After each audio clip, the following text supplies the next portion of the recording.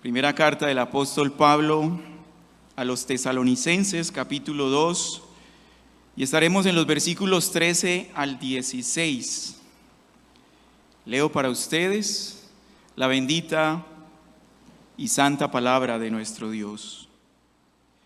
Por lo cual también nosotros sin cesar damos gracias a Dios de que cuando recibiste la palabra de Dios que oíste de nosotros, la recibisteis no como palabra de hombres, sino según es en verdad la palabra de Dios, la cual actúa en vosotros los creyentes. Porque vosotros, hermanos, vinisteis a ser imitadores de las iglesias de Dios en Cristo Jesús que están en Judea, pues habéis padecido de vuestra propia nación las mismas cosas que ellas padecieron de los judíos, los cuales mataron al Señor Jesús y a sus propios profetas, y a nosotros nos expulsaron, y no agradan a Dios, y se oponen a todos los hombres, impidiéndonos hablar a los gentiles para que éstos se salven. Así colman ellos siempre la medida de sus pecados, pues vino sobre ellos la ira hasta el extremo. La palabra del Señor.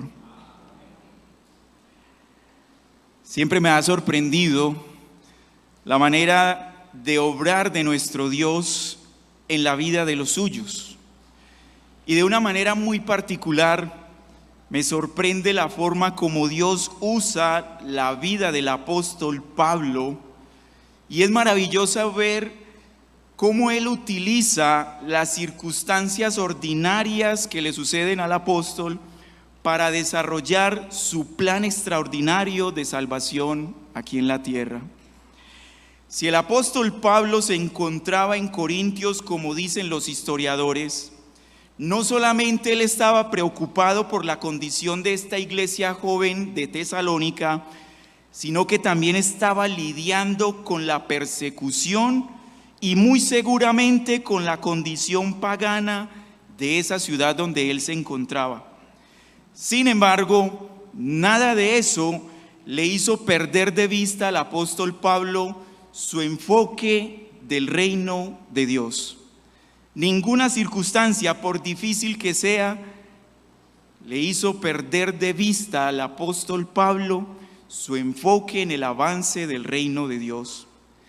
Y es que, mis hermanos, la visión del reino debe estar puesta no solamente en que el reino avance, sino que también debe tener presente cada creyente de que en el avance del reino de Dios hay una cosa muy asegurada, y es el sufrimiento a causa de Cristo. Pero si por causa de Cristo se sufre, entonces vale la pena sufrir. El tema general de la carta es animar a los creyentes de esta joven iglesia de Tesalónica a soportar el sufrimiento con la esperanza puesta en el regreso de Cristo Jesús. Pablo viene defendiendo su obra misionera, no solo de él, sino también de sus consiervos Silas y Timoteo, pero esto no deja a un lado de animarles a estos hermanos en Tesalonicenses en medio de la tribulación. Es una defensa al ministerio, pero a la vez es un ánimo y aliento en medio de la tribulación, en medio de la persecución que la iglesia está sufriendo. El tema del pasaje que nos reúne en esta mañana es el poder de la palabra de Dios obrando en medio de la tribulación, esperanza para los que creen, juicio e ira para los que se oponen. Ese es el tema de este pasaje. El poder de la palabra de Dios obrando en medio de la tribulación, esperanza para los que creen, juicio e ira para los que se oponen. El título que le he dado a la enseñanza en esta mañana es Palabra de Dios para la humanidad. Hoy hay palabra de Dios para toda la humanidad. Y el bosquejo con el que vamos a desarrollar la enseñanza lo tomo no solamente del pasaje, sino de la realidad de la humanidad. La realidad de la humanidad es que en la humanidad solamente hay dos grupos de personas. Están los hijos de Dios y los hijos de Satanás. Están los cainitas y los setitas. Está el trigo y la cizaña, las cabras y las ovejas. No hay más tipos ni grupos en la humanidad, solamente esos dos. Y con base a eso y con base al texto, entonces están los que reciben la palabra de Dios, versículos 13 y 14, y están los que se oponen a la palabra de Dios, versículos 15 y 16. Esos son los dos encabezados con el que desarrollaremos la enseñanza en esta mañana.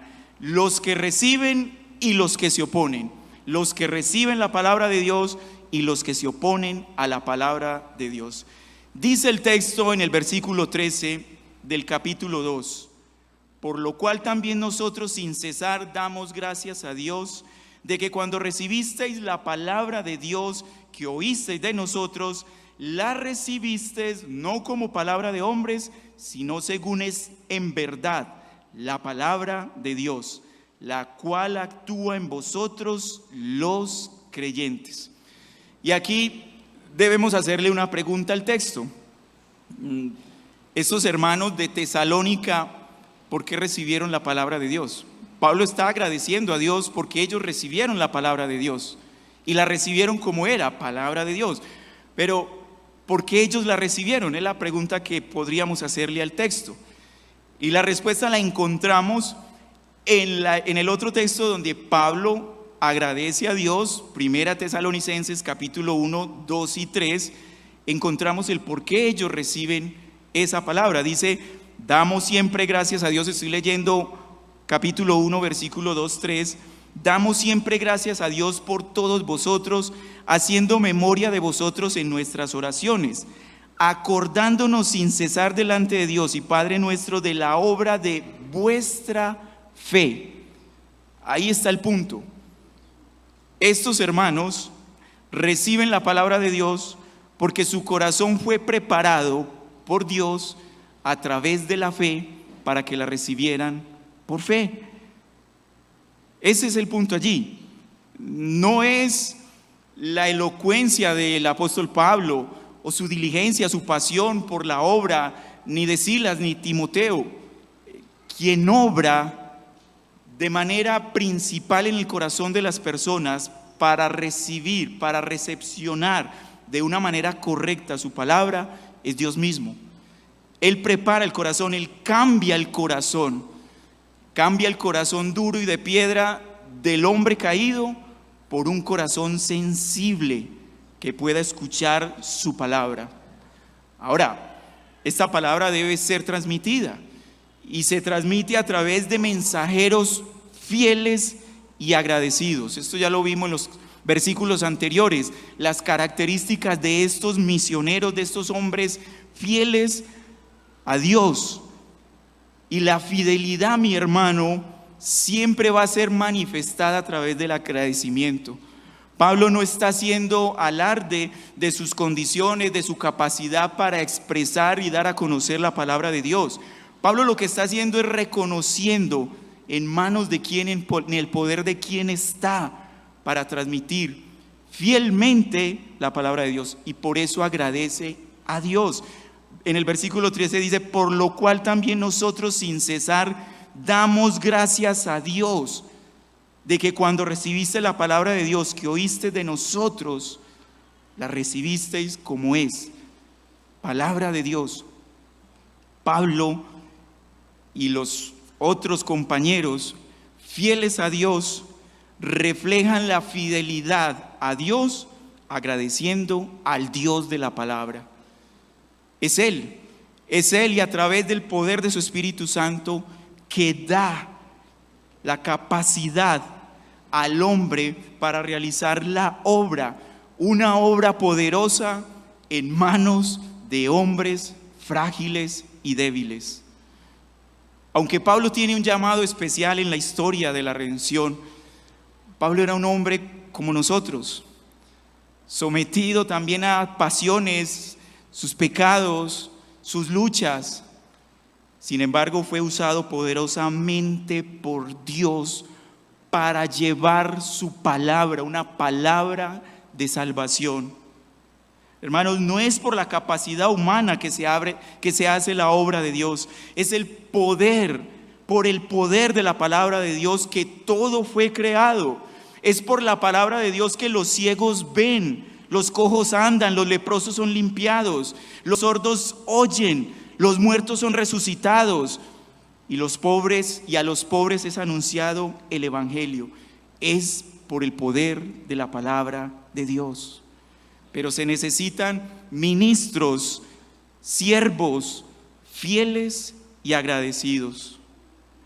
Por eso Pablo en versículos anteriores, en el capítulo 1 dice: pues nuestro evangelio no llegó a vosotros en palabras solamente, sino también en poder, en el Espíritu Santo, en plena certidumbre, como bien sabéis cuáles fuimos entre vosotros, por amor a vosotros. Pablo reconoce que es por el poder del Espíritu Santo que estos hermanos en Tesalónica pudieron recibir de manera correcta la palabra de Dios. Es indispensable, mis hermanos, el obrar del Espíritu Santo con su poder, tanto en el mensajero como en el que recibe el mensaje. Nuestra confesión de fe, la Confesión de Londres de 1689, dice: sin embargo, nuestra persuasión, estoy leyendo del capítulo número 1 acerca de las Escrituras, sin embargo, nuestra plena persuasión y certeza de su verdad infalible y su autoridad divina provienen de la obra interna del Espíritu Santo, quien da testimonio a nuestros corazones por medio de la palabra y con la palabra. Es el Espíritu Santo, es el poder de Dios obrando. Y ese poder de Dios obrando en su palabra, en un corazón ya capacitado, no solamente lo hace sensible para escuchar, sino que lo lleva a creer que verdaderamente es la palabra de Dios. Por eso Pablo les dice allí que esos hermanos en Tesalónica recibieron no como palabra de hombre, sino según es en verdad la palabra de Dios. Una palabra que actúa poderosamente en el creyente, pero se recibe y se cree porque Dios mismo es el que está obrando allí. Si Dios no obrara, ni se recibe, ni se escucha, ni se puede creer. Es por eso que encontramos a tantas personas que se acercan a este libro sagrado, lo leen y simplemente lo malinterpretan o simplemente dicen: no entiendo nada. Hermanos, es un libro espiritual, no es un libro cualquiera. Y nosotros somos espirituales y las cosas espirituales se deben discernir con el Espíritu, no en la carne. Y si el Espíritu de Dios no obra, no puede haber certeza de que esta es la palabra de Dios. No como palabras de hombre, esas palabras de hombre que son simplemente palabras lisonjeras, palabras llenas de avaricia, como lo vimos en sermones anteriores. Porque no usamos, dice Pablo, porque no usamos, capítulo 2, versículos 5 y 6, porque no usamos de palabras lisonjeras, como sabéis, ni encubrimos avaricia, Dios es testigo, ni buscamos gloria de los hombres. Cuando se transmite un mensaje y no viene de parte de Dios, es caracterizado por eso, por palabras tibias, palabras que no confrontan, palabras que manipulan, palabras llenas de avaricia, palabras llenas de orgullo, que solo buscan que los hombres glorifiquen a otro hombre. Pero cuando se predica la palabra de Dios, cuando se habla en nombre de Dios, quien recibe exhortación, ánimo, edificación. Se habla de la santidad, se habla del juicio de Dios, porque eso es lo que dice las Sagradas Escrituras. Por eso Pablo dice: ustedes no lo recibieron como si viniera de hombres. Qué gran diferencia la que encontramos en estos textos a la predicación o al mensaje que escuchamos en muchas de las iglesias que dicen llamarse iglesias cristianas. Abundan este tipo de palabras lisonjeras, están llenas de avaricia, solo quieren que sus iglesias no se vacíen, que permanezcan allí, porque su interés no está en el alma, su interés está en el bolsillo, en su dinero. Y Pablo aquí está haciendo un gran contraste en cuando se predica la palabra de Dios y cuando se enseña palabras de hombres. Ahora, ¿cómo saber que verdaderamente los hermanos en Tesalónica recibieron la palabra de Dios? Porque la palabra de Dios no falla. El problema no está en la palabra de Dios, el problema está en el receptor. Si la palabra se predica de una manera fiel, el problema no está en la palabra, el problema está en aquel que la recibe. Y es interesante la manera de cómo el mismo apóstol en esta porción, en el versículo 4, nos lleva a comprobar que la iglesia en Tesalónica verdaderamente recibieron la palabra de Dios. Miren el versículo 14: porque vosotros, hermanos, vinisteis a ser imitadores de las iglesias de Dios en Cristo Jesús que están en Judea. Paremos allí un momentico. Recuerden, ellos recibieron la palabra de Dios. Ahora Pablo les va a mostrar la evidencia de que verdaderamente la recibieron y la creyeron, y que esa palabra está obrando en ellos. Y no lleva a los tesalonicenses a pensar: ustedes son los hijos del rey, merecen todas las riquezas de este mundo, no hay enfermedades, no hay dolor, ustedes no merecen eso, porque los hijos del rey no merecen nada de eso. Pablo no los va a llevar a probarlos de esa manera. Observemos el texto cómo Pablo prueba la fe en la palabra de Dios. Pues habéis padecido de los de vuestra propia nación las mismas cosas que las iglesias de Judea padecieron de los judíos. ¿Cómo comprobar si la palabra de Dios está haciendo efecto en mi vida? ¿Cómo comprobar que la palabra de Dios está obrando en mi vida? Respuesta: a través de las aflicciones, a través de las pruebas de las aflicciones. Las aflicciones no solamente prueban nuestra fe, sino que también prueban si creemos en la palabra de Dios. Porque es a través de la prueba que nosotros vamos realmente a creer que Dios tiene el control de todo, de que Dios tiene un plan y que nada se le ha salido de su control. Es a través de las persecuciones que nosotros vamos a manifestar una fe verdadera, una fe que no solamente nos lleva a la salvación, sino una fe que también nos santifica y nos prepara para esa eternidad. Son las aflicciones, mis hermanos. No es el confort, la comodidad, no es la salud. Si tenemos la salud, gloria a Dios. Si tenemos confort, gloria a Dios, o comodidad, gloria a Dios.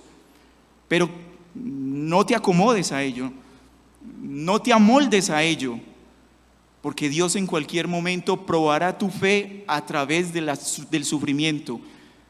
Dios quitará, si tú estás muy aferrado a ello, como nos enseñaba esta mañana el pastor Sergio, así como Lot, que su visión era del mundo, Dios castigará y Dios quitará eso. Las pruebas de Lot fueron pruebas muy fuertes. Él nunca entendió las pruebas, pero era Dios obrando en su vida. No te acomodes, no te moldees a este mundo. El Señor Jesucristo nos manda no amoldarnos a este mundo. Vosotros vinisteis a ser imitadores de las iglesias de Dios en Cristo Jesús. Pregunta, mi amado hermano: ¿estás imitando, estás siendo un imitador de las iglesias de Cristo a través de la historia? Porque las iglesias de Cristo no son iglesias de la prosperidad, son iglesias del sufrimiento y del dolor. Iglesias que han sufrido por una causa, no por causa del pecado, porque hay sufrimiento a causa del pecado. Y ese sufrimiento es más que merecido. Pero sufrir por causa del Evangelio, a eso está destinada la iglesia de Cristo en esta tierra. Porque la gloria nuestra no es en esta tierra. La gloria es la promesa de Dios en la eternidad. No nos podemos amoldar a este mundo. Entonces, nuevamente te pregunto, como esta iglesia joven que llegó a ser un ejemplo para las otras iglesias, nosotros, iglesia, la gracia de Dios, ¿estamos siendo imitadores de las iglesias de Cristo? Porque nuestra iglesia sufre persecución, nuestros pastores sufren persecución, somos criticados, somos cuestionados, hay persecución. En tu lugar de trabajo, en tu estudio, ¿tienes persecución porque eres cristiano? ¿O simplemente pasas desapercibido? Estamos llamados a sufrir a causa del Evangelio. Vosotros vinisteis a 6, capítulo 1, versículo 6 de Tesalonicenses. Vosotros vinisteis a ser imitadores de nosotros y del Señor, recibiendo la palabra en medio de gran tribulación, con gozo del Espíritu Santo. Parecen una incoherencia o dos dualidades, persecuciones pero a la vez gozo. Ese es el estado de la iglesia.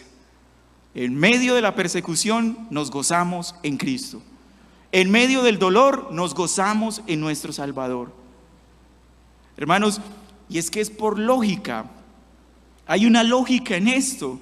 Miren, si al Padre justo el mundo no le conoció, como dice Juan 17:25, si al Espíritu de verdad, al cual el mundo no puede recibir porque no le ve ni le conoce, si a Cristo en el que estaba en el mundo, pero el mundo por él, y que el mundo por él fue hecho, pero el mundo no le conoció, por el contrario lo mataron, como vamos a ver enseguida, ¿cómo entonces pretender que la iglesia verdadera de Cristo sea aceptada en el mundo? No hay lógica. Si pertenecemos a Cristo, el cual fue perseguido, nosotros también seremos perseguidos. Si la iglesia de Cristo habla como Cristo, confronta como Cristo y vive para Cristo, ¿por qué entonces no será perseguida si Cristo fue perseguido? Y lo más tenso de esta prueba que están pasando los hermanos en Tesalónica es que la persecución y el sufrimiento de ellos estaba siendo llevada a cabo por los mismos compatriotas. Eran los mismos ciudadanos, los mismos, podrían ser la misma familia la que estaba efectuando en ellos persecución. Los judíos atacaban a los judíos, los gentiles atacaban a los gentiles, y los judíos atacaban a los gentiles, todos ellos persiguiendo a la iglesia de Cristo. Dice el versículo 14 en la parte B, pues habéis padecido de los de vuestra propia nación las mismas cosas que ellos padecieron de los judíos. Esto, hermanos, no es solamente una gran prueba, sino que a la vez Pablo quiere transmitirles a ellos una gran consolación. Pues esto solamente demuestra una cosa, que los tesalonicenses verdaderamente eran hijos de Dios. Juan, la primera carta de Juan en el capítulo 3, versículo 1 dice, mirad con cuán amor nos ha dado el Padre, mirad cuál amor nos ha dado el Padre, para que seamos llamados hijos de Dios. Por eso el mundo no nos conoce, porque no le conocen a Él. Si el mundo nos rechaza, qué bendición, es una prueba de que somos hijos de Dios. Pero si el mundo te acepta tal y como eres, preocúpate. Vemos pues entonces, mis hermanos, la poderosa transformación que la palabra de Dios hace en las personas, en la cual el poder de Dios ha preparado ese corazón para recibir su mensaje, ese mensaje fiel dado y transmitido por sus ministros fieles y agradecidos. Y eso los lleva a creer y resistir en medio de las persecuciones y en medio de la tribulación, por causa de Jesucristo, de su Señor y de su Salvador. Pero no todos reciben con gozo la palabra de Dios. Muchos la rechazan y se oponen de una manera vehemente al avance y a la predicación de la palabra de Dios. Ese es nuestro segundo encabezado: los que se oponen a la palabra de Dios, versículos 15 al 16. Pero observen que esa oposición no es una oposición sutil, tranquila, no, es una oposición muy agresiva. Versículo 15: los cuales mataron al Señor. Ya con esto tenemos, wow, la oposición es violenta. Y es que esa es la secuencia, mi hermano. Cuando se rechaza la palabra de Dios, cuando se cierra el corazón y se endurece el corazón a la palabra de Dios, rápidamente llevará a otro pecado más grave y más grave y más grave. Mataron al Señor Jesucristo, y Pablo aquí está haciendo referencia a los judíos que mataron al Señor Jesucristo. Sin embargo, sabemos de que no solo los judíos mataron al Señor, también los gentiles. Pablo aquí se enfoca en los judíos para enfatizar la dureza que hay en el corazón de ellos. No solamente mataron al Señor Jesús, sino a sus propios profetas en la antigüedad. Y a los actuales, a Pablo y a sus ministros, los expulsaron. Ninguno de ellos agrada a Dios. Todos ellos se oponen a la salvación de los hombres. Hermanos, ¿ustedes se han preguntado alguna vez por qué los judíos mataron a Cristo? ¿Se han hecho esa pregunta? ¿Por qué los judíos mataron a Cristo? La respuesta es porque no creyeron a la verdad. No creyeron a la palabra de Dios. Ellos tenían la palabra de Dios, pero no la creyeron. Había dureza en su corazón, y cuando el Señor Jesucristo les habló de que Él era el Mesías prometido, de que Él era Dios, los ofendía, porque en ellos había orgullo. Los judíos tenían un orgullo posicional, se creían, eran los escogidos de Dios, pero nunca entendieron el propósito de su elección como nación, y se creían exclusivos frente a la gracia y frente a la redención de parte de Dios, y eso los llenó de orgullo. Y cuando se vieron amenazados, cuando su posición se vio amenazada, reaccionaron de esta manera, matando al Hijo de Dios, a sus profetas y a todos aquellos que creen y aman en Él. El Señor Jesucristo los confrontó fuertemente. Juan capítulo 8, versículos 37 y 38 dice: sé que sois descendientes de Abraham, pero procuráis matarme, porque mi palabra no haya cabida en vosotros. Yo hablo lo que he visto cerca del Padre, y vosotros hacéis lo que habéis oído acerca de vuestro padre. ¿De cuál padre les estaba diciendo el Señor? No es de Dios, el Padre de nuestro Señor Jesucristo. Versículo 44 de Juan 8: vosotros sois de vuestro padre el diablo, y los deseos de vuestro padre queréis hacer. Versículo 47: el que es de Dios, las palabras de Dios oye, por eso no las oís vosotros, porque no sois de Dios. Tremenda confrontación, ¿no? Por eso mataron al Señor Jesucristo, porque no eran hijos de Dios, porque no escucharon la palabra de Dios, y por eso no hay cabida en sus oídos para la palabra de Dios. Por el contrario, reaccionaron violentamente contra Él y contra los suyos. Esta oposición va directamente no solamente a Cristo, no solamente a sus ministros, sino con la gran comisión, lo que el Señor encomendó a su iglesia, Id y hacer discípulos a todas las naciones, bautizándolos en nombre del Padre y del Hijo y del Espíritu Santo. Estos opositores de la palabra de Dios pretendían frenar el avance del reino. No solamente se oponían a la palabra de Dios, sino que se oponían al avance del reino. Dice el versículo 10 que impidiéndonos hablar a los gentiles para que estos se salven. Hermanos, cuando leo este texto, cuando preparaba el mensaje y llego a este texto,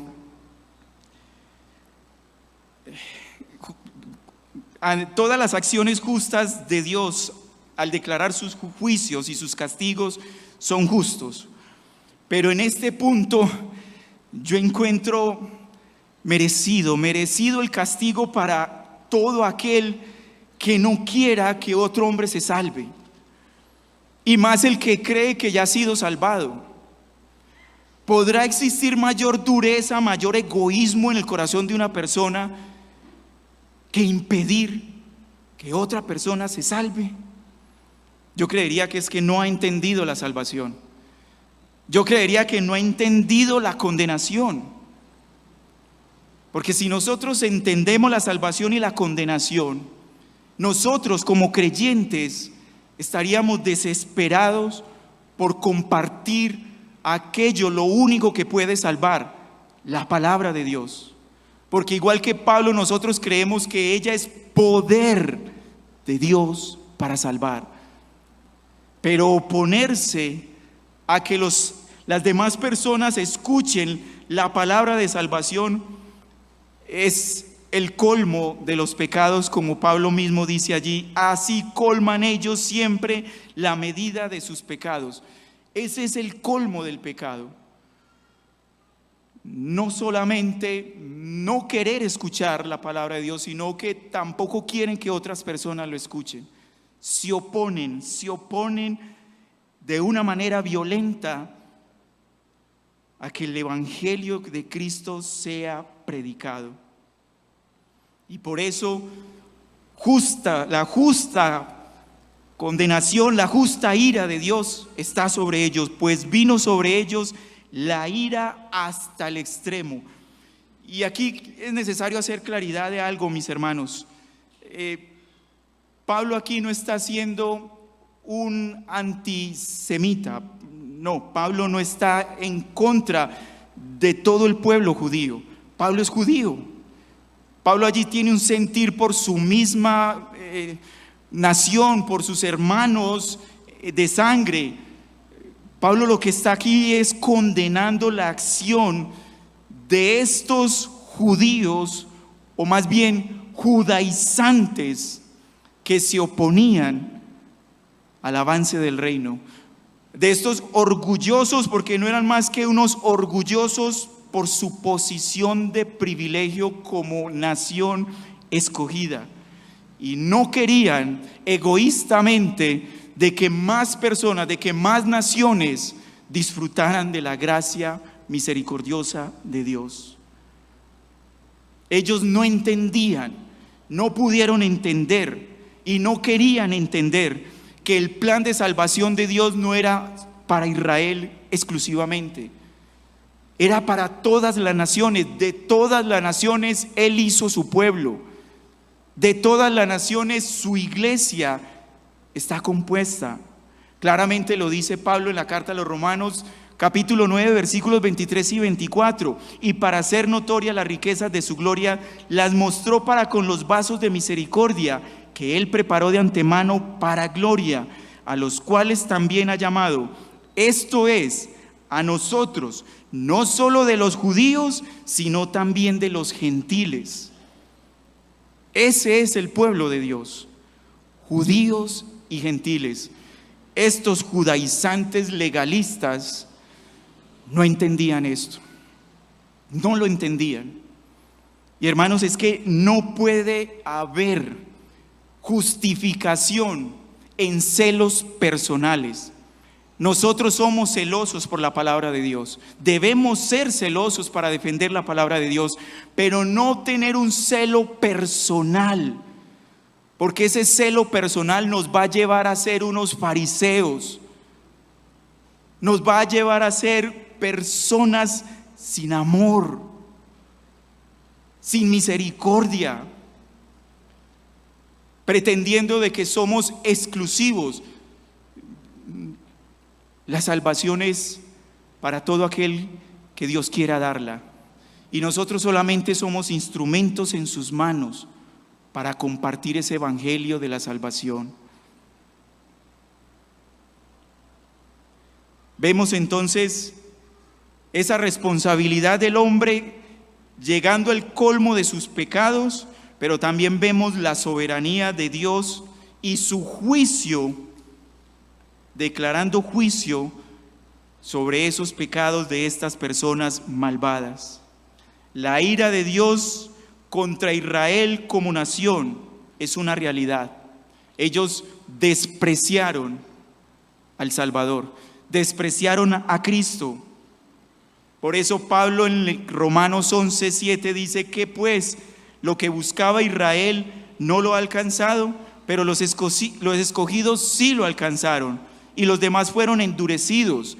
De Israel hay escogidos, solo los escogidos escucharon la palabra de Dios, el resto fue endurecido. Y de esa manera es que Pablo dice de que la ira de Dios llegó hasta el extremo con ellos. Y Pablo no solamente estaba pensando en este juicio temporal, sino que él pensaba en ese juicio que ha de venir en el día del Señor. El contexto de la carta nos lo muestra. Pablo tiene en su mente dar consolación con la esperanza por venir en la segunda venida del Señor. Pero en la segunda venida del Señor, que es esperanza para nosotros los creyentes, también debe ser un sentido de expectación, un sentido de mucha tristeza y pavor, porque ese día el Señor vendrá a juzgar y a condenar a todos aquellos que se han declarado opositores de su palabra, opositores de Él mismo. Hermanos, que el Señor nos ayude y que en nuestro corazón no exista el egoísmo, más y más aún por compartir el Evangelio de Dios. Que el Señor nos ayude a mantener un espíritu humilde, a ser humillados, porque lo que nosotros tenemos es por pura gracia. Nada de lo que tenemos no lo merecemos. Es gracia, gracia sobre gracia. Y de lo recibido eso damos. Porque lo que recibimos por gracia damos. ¿Por qué endurecemos nuestro corazón?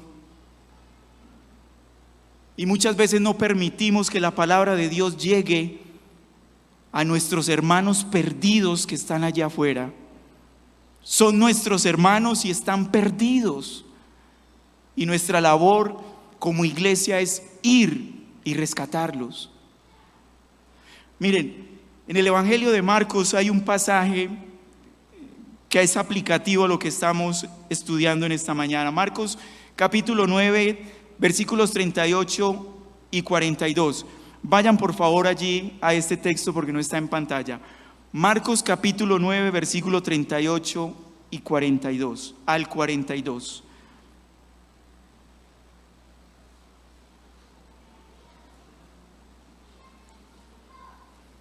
Marcos capítulo 9, versículo 38 al 42. Juan le respondió diciendo: Maestro, hemos visto a uno que en tu nombre echaba fuera demonios, pero él no nos sigue y se lo prohibimos. Quiero parar ahí un momentico. El que lo está diciendo es el apóstol del amor, Juan, el apóstol del amor. Juan maduró más adelante, pero estas palabras claramente son de un judío celoso. Y por eso es que él ve a otras personas haciendo señales, como ellos, pero como no lo seguían, entonces dice, se lo prohibimos, porque no nos seguían. Pero Jesús dijo, no se lo prohibáis, porque ninguno hay que haga milagro en mi nombre que luego pueda decir mal de mí, porque el que no es contra nosotros, por nosotros es. Y cualquiera que os diere un vaso de agua en mi nombre, porque sois de Cristo, de cierto os digo que no perderá su recompensa. Observen cómo sigue el texto. Cualquiera que haga tropezar a uno de estos pequeñitos que cree en mí, mejor le fuere si se le atase una piedra de molino al cuello y se arrojase en el mar. Hay de aquellos que se oponen a la predicación y a la palabra de Dios para que los que están allá afuera aún perdidos vengan a salvación. Hay de aquellos, hace la advertencia del Señor. Hermano, aunque estas palabras están dirigidas originalmente al pueblo judío, no podemos caer en el orgullo de creer de que estas palabras también no son para nosotros, porque ese castigo para los judíos también es un castigo sentenciado para todo gentil opositor a la palabra de Dios. Cristo es la palabra de Dios encarnada. Así que cuando los hermanos de Tesalónica recibieron la palabra de Dios, ellos recibieron a Cristo mismo. Y todo aquel que recibe la palabra de Dios recibe a Cristo. Por lo tanto, aquellos que se oponen a la palabra de Dios se están oponiendo a Cristo mismo. En otras palabras, para Cristo, este tema, este asunto de su palabra es un asunto personal. Dios no lo ve como algo efímero, Cristo no lo ve como algo pasajero, Cristo lo ve de una manera muy personal. Y Él tiene en su mente y en sus propósitos, por un lado, usar su palabra para la edificación de su pueblo, para la salvación de los suyos, pero también para condenar a aquellos que se oponen a su palabra.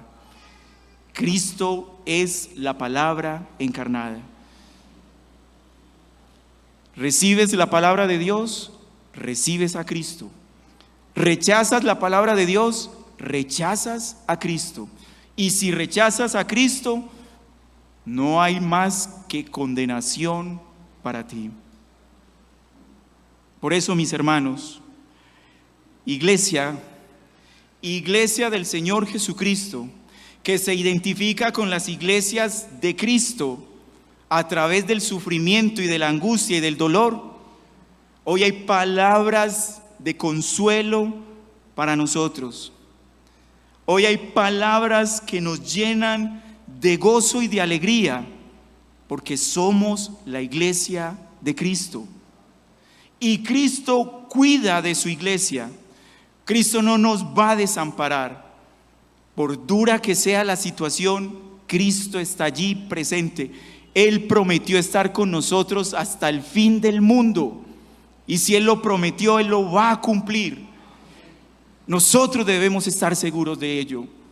Estas palabras nos deben llenar de gozo, hermanos. Estamos viviendo tiempos difíciles. La iglesia comenzará a ser perseguida mucho más fuerte de lo que ya ha sido perseguida. Pero la iglesia de Cristo, las iglesias que no son de Cristo pasarán. Nadie les va a estorbar. Pero las iglesias de Cristo seremos perseguidos. Pero hermanos, tranquilos. El Señor Jesucristo prometió: en el mundo tendremos aflicciones. Y eso es una realidad, lo estamos viviendo. Las iglesias antiguas lo vivieron. Pero esto no queda allí. Esto queda en la esperanza que Él dio.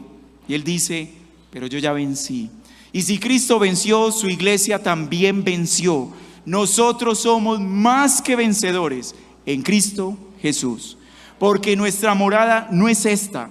Nuestra morada es celestial y eterna. Ese es nuestro consuelo en medio de la tribulación. Pero hermanos, aquí también hay una advertencia para aquellos legalistas, aquellas personas que se encuentran dentro de la iglesia, pero que no permiten que la palabra de Dios sea enseñada para salvación de los elegidos, que no permiten que esa palabra predicada trabaje, obre, como aprendimos hoy, en el corazón de las personas. Mi hermano, ten cuidado con el legalismo. Ten cuidado con el legalismo. La palabra de Dios no se usa para castigar. La palabra de Dios se usa para salvar.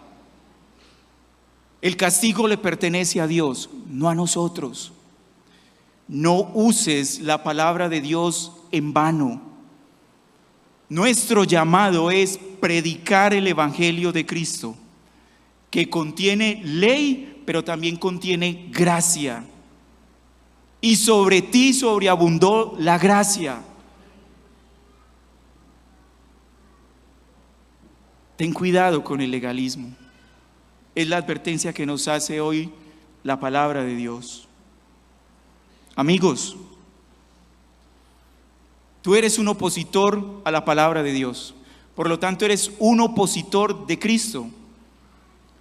No quieres ni puedes escuchar la palabra de Dios. Y fuera de eso, te levantas en contra de Él con tus acciones malvadas. Mi amigo, sobre ti está la ira santa de Dios.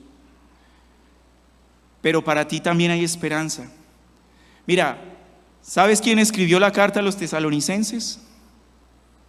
Un asesino intelectual, el apóstol Pablo. El apóstol Pablo fue el autor intelectual del asesinato de Esteban. El apóstol Pablo era un legalista, celoso, no de Cristo, sino de la ley. Y camino a Damasco a continuar haciendo sus maldades y a continuar arrestando y destruyendo la iglesia de Cristo, tiene un encuentro personal y particular, pero poderoso, con el único que podía cambiar ese corazón duro y malvado, y ese fue Cristo. Hoy tú puedes tener ese encuentro con Cristo. Es más, Cristo te está hablando a través de su palabra. Amigo, no seas más opositor de Cristo. Si para Pablo hubo esperanza, si para nosotros hubo esperanza, para ti también hay esperanza el día de hoy. No te opongas más a Cristo, no rechaces, no resistas más a Cristo. Ven a Cristo y arrepiéntete de tus pecados para que sufras en el nombre de Cristo. Pero la esperanza no será aquí. Al igual que nosotros, tu esperanza va a ser en la eternidad, con Cristo, el Señor y Salvador. A Él la gloria por siempre. Oremos. Padre, te damos gracias por tu bendita y santa palabra. Esa palabra que obra poderosamente en nuestras vidas, para salvación, para santificación y para que cada día, Señor, crezcamos en amor, humildad y misericordia por esos hermanos que están allá afuera y que aún no te conocen. Obra poderosamente, Señor, en nuestras vidas.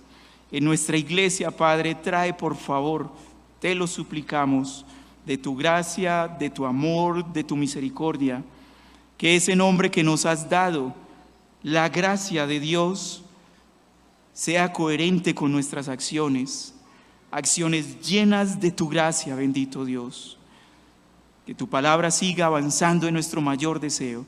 Y si a ti te place, en tu bendita y santa voluntad, que seamos instrumentos en tus manos para que tu evangelio continúe avanzando, henos aquí, Señor, pero límpianos y purifícanos para esa hermosa labor.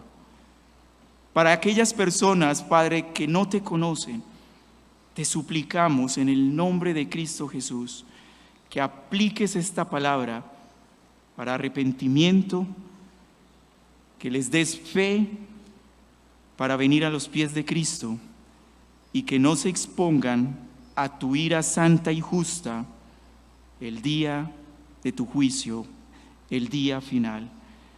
Padre, lo único que queremos hacer es glorificar tu santo nombre. Gracias por esta palabra que nos anima a continuar avanzando, que nos purifica, nos edifica y que nos lleva a cumplir con los propósitos que tú has establecido. Gloria y honra a ti, Padre, en el nombre de Cristo Jesús, y guiados por tu Espíritu Santo, te oramos. Amén.